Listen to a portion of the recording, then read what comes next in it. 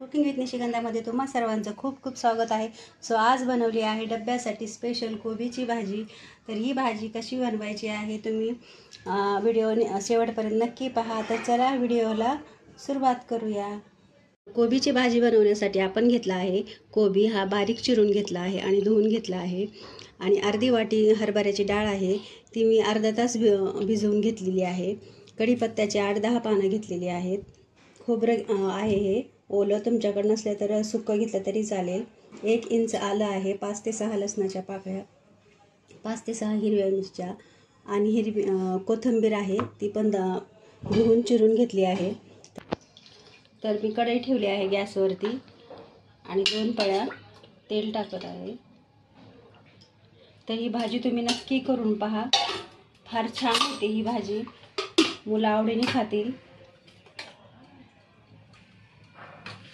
तर आपण फोडणीसाठी जिरे घेतले 1 चमचा, पाव चमचा मोहरी आहे, हळद आहे चवीनुसार, मीठ आहे चवीनुसार. तर आपण हे अगोदर मोहरी टाकून घेऊया. मोहरी तडतडली जिरे टाकून घेऊया. कढीपत्ता टाकला. तर हे मी मिरची आणि आलं आणि लसूण हे बारीक करून घेतलं मिक्सरमध्ये, ते टाकलं. आता हे पण परतून घेऊया. त्यात कोबी टाकून घेऊया.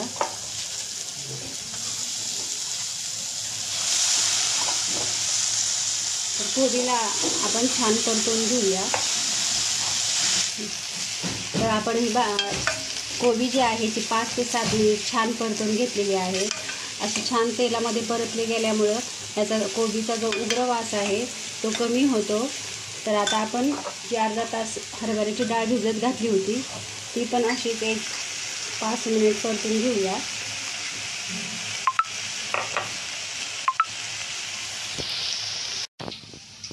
तर आता आपण ह्याच्यामध्ये चवीनुसार मीठ टाकूया, चवीनुसार हळद. तर मीठ थोडंच टाकलं आहे, अगोदरही मिरची वाटताना मी टाकलेलं होतं. तुम्ही ही भाजी नक्की करून पहा, मुलांना टिफिनला, ऑफिसच्या डब्याला नक्की आवडेल ही भाजी. तर माझा व्हिडिओ हा खूप दिवसांनी आलेला आहे तब्येत ठीक नसल्यामुळे. तर इथून पुढे 8 दिवसातून 2 व्हिडिओ येतील. तर चॅनलवर नवीन असाल तर चॅनलला सबस्क्राईब करा, व्हिडिओ आवडला तर व्हिडिओला लाईक करा. तर आता आपण ह्याच्यामध्ये कोथिंबीर टाकूया. कोथिंबीर ही भरपूर घ्यायची आहे.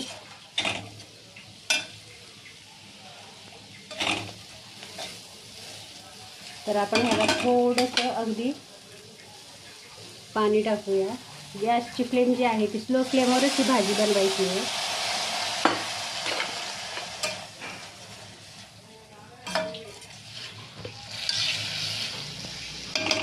आणि 3 ते 4 मिनिटं ह्याला आपण वाफवून घेऊया. तर 5 आपण हे काढूया. त्याच्यामध्ये खोबरं टाकूया. सो झाली आहे आपली रेडी. तर मी हे मिक्स करून घेते. हे आपली कोबीची भाजी. तुम्हाला हा व्हिडिओ कसा वाटला नक्की सांगा, नक्की ट्राय करा. तर भेटूया अशाच नवीन रेसिपीसह. तोपर्यंत बाय बाय.